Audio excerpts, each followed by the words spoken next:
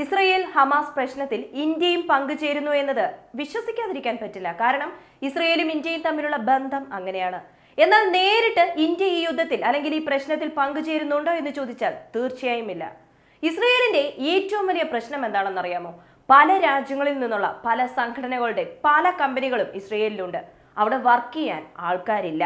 അതുകൊണ്ട് തന്നെ വർക്കേഴ്സിനെ റിക്രൂട്ട് ചെയ്യാനായി ഇന്ത്യയിൽ നിന്നും റിക്രൂട്ട്മെന്റ് ഡ്രൈവ് ഒക്കെ നടത്തുന്നുണ്ട് എന്ന അപ്ഡേറ്റ് നമ്മുടെ ചാനലിലൂടെ തന്നെ തന്നിട്ടുണ്ടായിരുന്നു. ആ റിക്രൂട്ട്മെന്റിന്റെ ഇപ്പോഴത്തെ അവസ്ഥ എന്താണ്? മാത്രമല്ല ചെന്നൈയിലും റിക്രൂട്ട്മെന്റ് നടത്തുമെന്ന് ഇസ്രയേൽ തന്നെ പുറത്തുവിട്ടിട്ടുണ്ട്.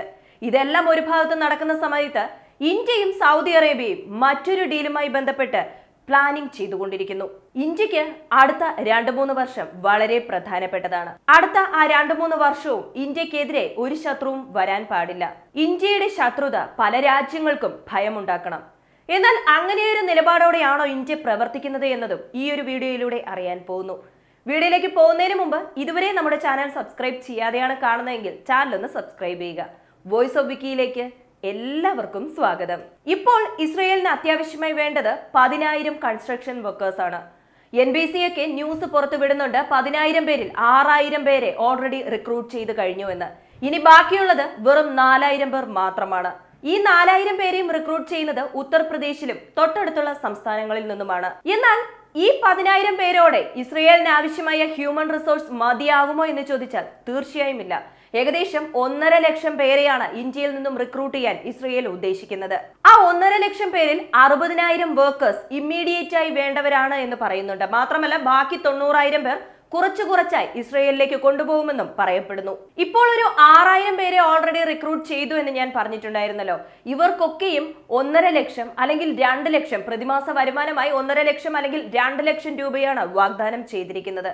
മാത്രമല്ല ഫെബ്രുവരി പകുതി ആകുമ്പോഴേക്കും ഈ 6,000 പേരെയും ഇസ്രയേലിലേക്ക് കൊണ്ടുപോകുമെന്നും പറയപ്പെടുന്നു. ഇസ്രയേലിനെ സംബന്ധിച്ച് നോക്കുകയാണെങ്കിൽ 6,000 പേരെ റിക്രൂട്ട് ചെയ്തു എന്നത് അത്ര വലിയ കാര്യമായിരിക്കില്ല. അതുപോലെ തന്നെ 10,000 പേരെ റിക്രൂട്ട് ചെയ്യാൻ പോകുന്നു എന്ന് പറഞ്ഞല്ലോ, ബാക്കി 4,000 പേരെ, അതും അത്ര വലിയ കാര്യമല്ല. 60,000 പേരെ റിക്രൂട്ട് ചെയ്യാൻ പോകുന്നു എന്ന് പറഞ്ഞല്ലോ, അതും അത്ര വലിയ കാര്യമല്ല.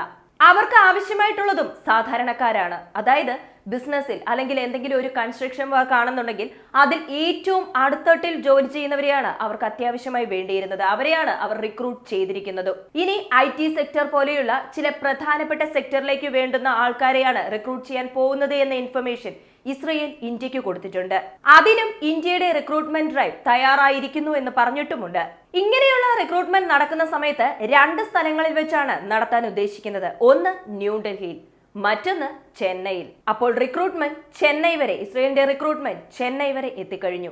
അങ്ങനെ പറയുമ്പോഴും ചില പ്രധാനപ്പെട്ട കാര്യങ്ങൾ നമ്മൾ മനസ്സിലാക്കേണ്ടതുണ്ട്. അയോധ്യയിലെ രാമക്ഷേത്രം, ഈ രാമക്ഷേത്രത്തിന് ഒരു സെക്യൂരിറ്റിയായി ഇസ്രയേൽ ആസ്ഥാനമായ ചില സ്ഥാപനങ്ങൾ അവരുടെ സെക്യൂരിറ്റി മെഷേഴ്സ് കൊടുത്തിട്ടുണ്ട് എന്ന വിവരം വൈറലായിക്കൊണ്ടിരിക്കുന്നു. സത്യത്തിൽ രാമക്ഷേത്രത്തിന് ആവശ്യമായ സെക്യൂരിറ്റി കൊടുക്കാൻ ഇവർ തയ്യാറായിട്ടാണുള്ളത്. എന്തുകൊണ്ട് അത് ഇന്ത്യക്ക് പറ്റുന്നില്ല എന്ന പല ചോദ്യങ്ങളുമുണ്ട്. എന്നാൽ അതിന്റെ ഉത്തരം ഇതുവരെ കൃത്യമായി പുറത്തു വന്നിട്ടില്ല.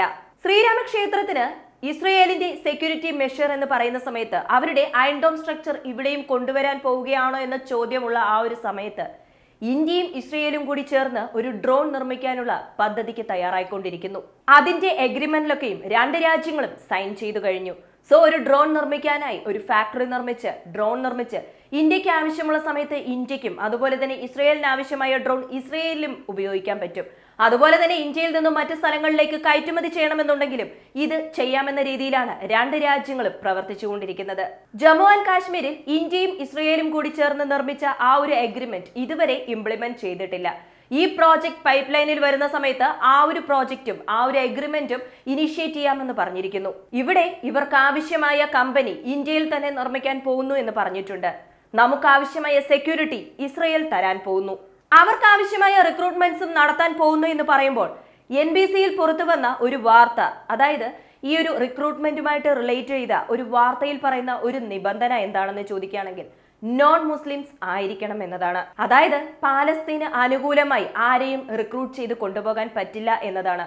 എന്നാൽ ഈ കാര്യം പറഞ്ഞത്, ഈ ഒരു നിബന്ധന മുന്നോട്ട് വെച്ചത് ഇന്ത്യയാണോ അതോ ഇസ്രയേൽ ആണോ എന്ന ഒരു കുഴപ്പവും നിലനിൽക്കുന്നുണ്ട്. ഇവിടെ മറ്റൊരു പ്രധാനപ്പെട്ട സത്യം നമുക്ക് മനസ്സിലാക്കേണ്ടതുണ്ട്. ഇസ്രയേൽ ഈ ഒരു റിക്രൂട്ട്മെന്റ് ഡ്രൈവ് കൊടുത്തിരിക്കുന്നത് ഒരു പ്രൈവറ്റ് സ്ഥാപനത്തിനാണ്.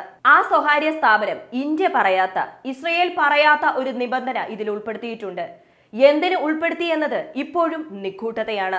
ഇതുമായി ബന്ധപ്പെട്ട് ഇസ്രയേലിനോട് ചോദിക്കുമ്പോൾ അവർ പറയുന്നത് എന്താണെന്ന് വെച്ചാൽ, മുസ്ലിംസ് വേണം എന്ന കണ്ടീഷൻ ഞങ്ങൾ ഇതുവരെ വെച്ചിട്ടില്ല എന്നാണ്.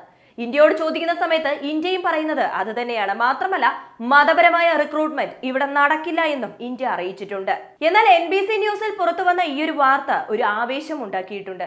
ഇവിടെ ഇന്ത്യ പറയാത്ത, അതുപോലെ തന്നെ ഇസ്രയേൽ പറയാത്ത ആ ഒരു കണ്ടീഷൻ ഈ ഒരു പ്രൈവറ്റ് സ്ഥാപനം ഉൾപ്പെടുത്തിയതിന്റെ ഉദ്ദേശം എന്ത് എന്നുള്ളത് ഇന്ത്യയും അതുപോലെ തന്നെ ഇസ്രയേലും അവരോട് ചോദിച്ചിട്ടുണ്ട്. അതിന്റെ വിശദീകരണം ഉടനെ തന്നെ തരണമെന്നും പറഞ്ഞിട്ടുണ്ട്.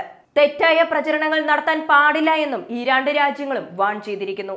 സത്യത്തിൽ ഒരു മതകലാപം ഉണ്ടാകാത്തത് എന്തോ ഒരു ഭാഗ്യം തന്നെ.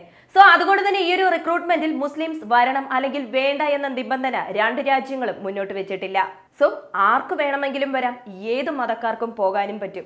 അതുപോലെ തന്നെ മെഡിക്കൽ ഇൻഷുറൻസ് മുതൽ എല്ലാ കാര്യങ്ങളും അവർ തന്നെ ചെയ്തു തരും.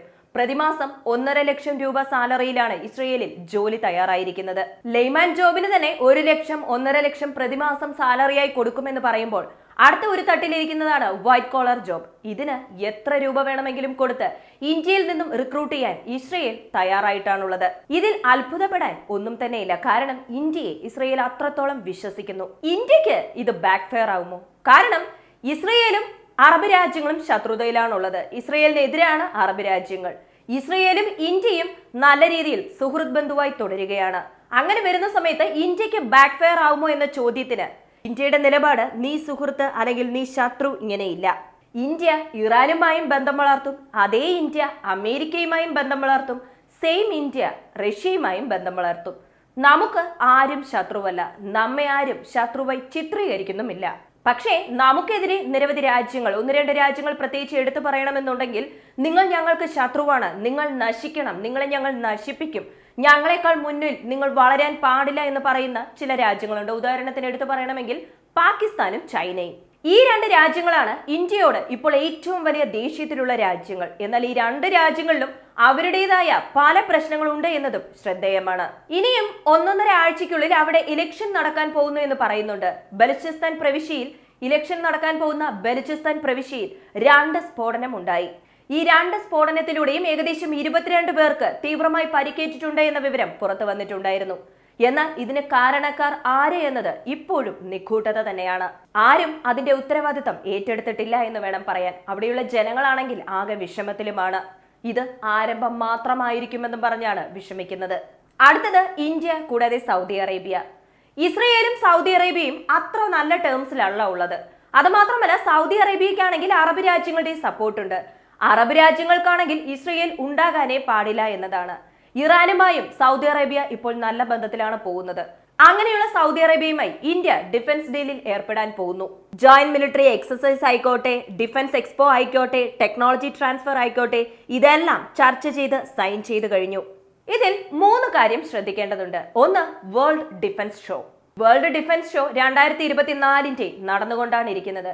വേൾഡ് ഡിഫൻസ് ഷോയിൽ ഇന്ത്യ കാണിച്ച മിസൈലുകളെല്ലാം, ബ്രഹ്മോസ് മുതൽ എല്ലാം സൗദി അറേബ്യയെ ഇംപ്രസ് ചെയ്തിരിക്കുന്നു. ഇന്ത്യയുടെ അടുത്തഘട്ട നടപടി, ഇന്ത്യയുടെ സ്ട്രാറ്റജി, ഇന്ത്യയുടെ നിലപാട്, അതുപോലെ തന്നെ ഇന്ത്യയുടെ ചീപ്പ് ആൻഡ് ബെസ്റ്റ് ആയുധങ്ങൾ, ഇതെല്ലാം കണ്ട് ഇംപ്രസ്സായി ഞങ്ങൾക്കും വേണമെന്നും പറഞ്ഞ് പല രാജ്യങ്ങളും മുന്നോട്ട് വന്നിരിക്കുന്നു.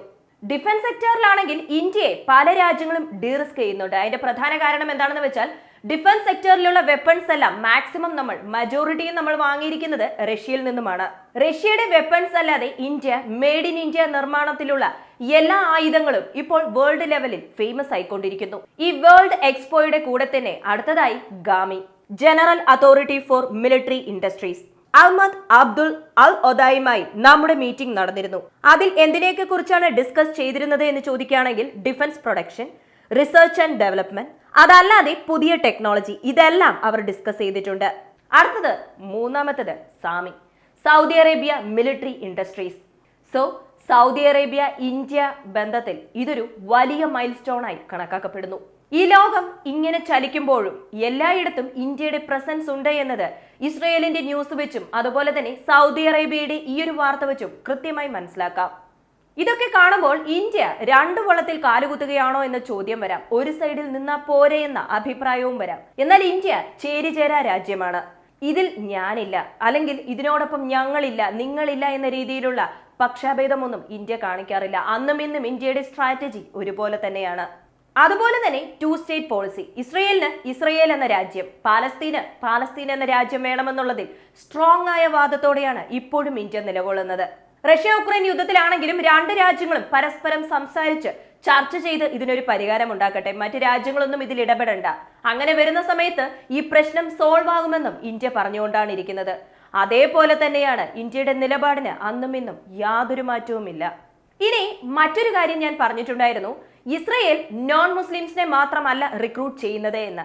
ഇതിന് മറ്റൊരു തെളിവ് കൂടിയുണ്ട്. കാരണം ഇസ്രയേൽ ഇന്ത്യയിൽ നിന്ന് മാത്രമല്ല റിക്രൂട്ട്മെന്റ് ഡ്രൈവ് നടത്തുന്നത്. ഇസ്രയേലിന്റെ റിക്രൂട്ട്മെന്റ് ഉസ്ബെക്കിസ്ഥാനിലും നടക്കുന്നുണ്ട്. ഉസ്ബെക്കിസ്ഥാനിൽ നിന്നും നിരവധി മുസ്ലിംസിനെ ഇസ്രയേൽ ജോലിക്ക് വേണ്ടി സെലക്ട് ചെയ്തിട്ടുണ്ട്, റിക്രൂട്ട് ചെയ്തിട്ടുണ്ട്.